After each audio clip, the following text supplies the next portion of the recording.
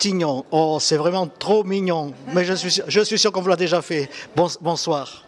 Bonsoir, je suis à Toulouse pour le Festival du Printemps du Rire. J'ai été sélectionnée parmi 6 jeunes talents et je viens présenter mon univers, mon humour. Je parle beaucoup de fait d'être LGBT, d'être trans et je fais ça avec humour, quoi. Vous débutez ou bien vous étiez déjà dans ce milieu avant? Ça fait 3 ans que je fais du stand-up. J'ai fait l'Académie d'humour, donc qui est partenaire avec le Printemps du Rire. J'ai appris pendant 1 an avec des professionnels à apprendre comment gérer l'humour, comment gérer ma carrière. Ça fait 3 ans que je fais ça, mais je suis en cours de professionnalisation et ce festival, il m'aide encore plus à me professionnaliser. De quelle façon se présente-t-on pour être qualifié? Qu'est-ce que vous faites? Vous écrivez, vous envoyez un mail, vous tapez à la porte? Qu'est-ce que vous faites? Non, pour se présenter au festival, il faut envoyer une vidéo.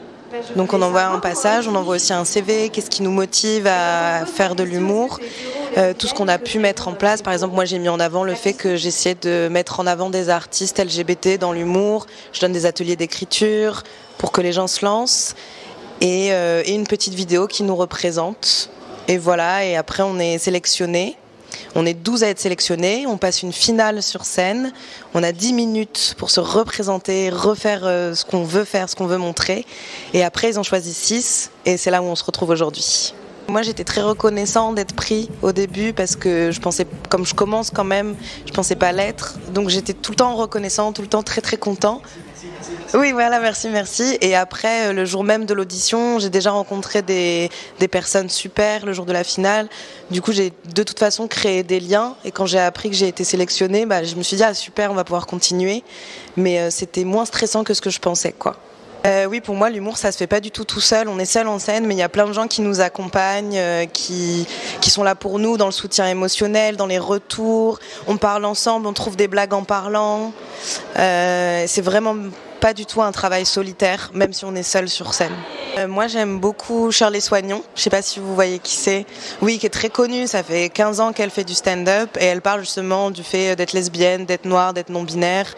Donc ça me parle beaucoup. Il y a aussi Tani, qui a fait le Printemps du Rire d'ailleurs, qui est aussi lesbienne. Et sans Tani, j'aurais pas fait de stand-up. Parce que j'ai pu voir quelqu'un comme moi qui faisait de la scène. Donc c'est ce que j'espère apporter aussi à d'autres gens. Se dire, moi aussi je peux être drôle, même si on n'a pas beaucoup été représenté pendant longtemps en tant que personne LGBT dans l'humour, quoi.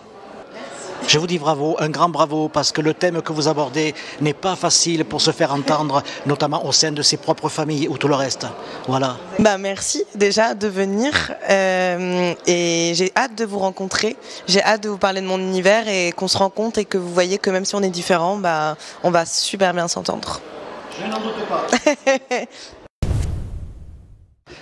En présence de Monsieur Avril, bien qu'on soit au mois de mars, mais ce n'est pas grave. Qui es-tu, Avril? Pourquoi es-tu dans ce staff? J'attendais la boutade, j'aurais été déçu que vous ne la fassiez pas. Enchanté, moi je suis ardéchois, voilà. Vous avez dit parisien, je suis pas parisien. Ardéchois d'origine, pur campagnard, mais à Paris pour des raisons évidentes de travail.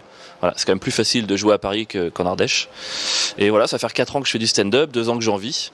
Et je suis très content de me retrouver ici dans le cadre de cette petite tournée toulousaine. J'étais déjà venu pour jouer, j'avais adoré, donc je suis très heureux de revenir. L'humour politique est un objectif, mais j'attends encore un peu, parce que c'est un genre d'humour, tant qu'on n'est pas complètement serein dedans, on s'expose à quelques risques avec ce qu'on appelle les réseaux sociaux, donc je préfère attendre d'être extrêmement fort pour en faire, mais c'est un objectif. Et sinon, pour l'instant, je pense un peu tout. En vrai, j'ai pas choisi par choix, parce que j'aime beaucoup l'absurde, j'aime beaucoup aussi l'observation. Voilà, toutes ces choses, j'ai pas souhaité de faire de choix, j'ai un peu de tout dans mes spectacles. Voilà, au moins je me dis, tout le monde y trouvera un petit peu son compte une minute ou l'autre. L'improvisation, tu connais ça? Ouais, on le travaille, j'aime beaucoup ça, mais j'essaye d'en faire le moins possible. Je trouve, alors c'est très personnel, je trouve ça plus facile de faire rire avec de l'improvisation qu'avec des vannes. Et donc du coup, moi très souvent, quand je suis en manque de confiance dans mon spectacle, je vais aller piocher des rires avec de l'improvisation. Donc en soi, c'est chouette vu de l'extérieur, mais moi en sortant, je sais que j'ai un peu utilisé ma petite trousse d'outils, donc j'aime énormément ça, mais j'essaie de me limiter, j'essaie de faire le moins possible. On va dire que tu es au début de ta carrière. Possibilité de faire une longue carrière dans ce métier ou peut-être des objectifs futurs autres? Oui, bah, j'espère qu'il y a possibilité de faire une longue carrière. Si c'est pas possible, j'arrête maintenant, hein, mon Dieu. Non, ouais, on est extrêmement nombreux, on est beaucoup à faire ce métier, mais à partir du moment où on est, je pense, sincère dans sa singularité, il y a de la place pour tout le monde. Enfin, je pense qu'on risque de ressembler à quelqu'un d'autre à partir du moment où on fait des choses qui peuvent ressembler à d'autres. Si on est unique dans sa manière d'approcher le métier, pour moi, il n'y a pas de souci, il y aura toujours de la place. Donc j'espère faire ça à long terme. Après, j'espère coupler ça avec d'autres projets, d'écriture notamment, voilà, de mise en scène et d'écriture. Voilà, j'ai sorti mon premier roman, moi, en début d'année. Donc j'espère continuer aussi sur cette voie-là. Et pas mal sur la mise en scène aussi. Donc cumuler plein de petits boulots en même temps. Lisa Delmoitier, précisons, hein, voilà. Bonsoir, vous êtes venue aussi dans le cadre du Printemps du Rire, nous faire rire, je l'espère, ici pour le public toulousain et occitan. Welcome. Merci beaucoup, merci. Alors donc moi je m'appelle Lisa Desmoitier, je suis humoriste et je viens de Bruxelles, je viens de Belgique, donc je viens d'un peu loin. J'ai été sélectionnée parce que j'ai participé au tremplin du rire à l'appel, donc on a eu une audition à Paris à la Nouvelle Scène. On était 12 humoristes à passer, moi ça fait 4 ans que je fais du stand-up, ça fait 4 ans que je fais de l'humour. Et voilà, il y avait une sélection avec un jury, 6 personnes ont été sélectionnées et je fais partie des 6 personnes. Mais du coup je suis pas nouvelle, mais je suis pas ancienne non plus. Ça fait 4 ans que j'ai commencé le stand-up. Vous êtes tombé dedans ou bien vous avez fait une reconversion, vous étiez avocate, vous étiez, je ne sais pas, dites-nous un petit peu. Moi j'ai encore un travail sur le côté, je vis pas de l'humour aujourd'hui. Ça commence de plus en plus, donc là j'ai un mi-temps, mais je travaille dans le social avec des enfants, donc rien à voir à Bruxelles. Mais voilà, je fais de plus en plus d'humour et ça commence à prendre de plus en plus d'ampleur. Mais j'ai commencé quand j'avais 27 ans, donc j'ai pas commencé toute jeune. Après j'ai fait du théâtre, j'ai fait de l'impro et ça faisait plusieurs années que je voulais me lancer, mais il a fallu quelques années pour oser, quoi. Et là, je vois que voilà, j'ai de plus en plus d'opportunités, de plus en plus de projets, donc c'est très chouette. Après, je sais pas de quoi l'avenir sera fait, mais ça va dans le bon sens en tout cas, c'est sûr.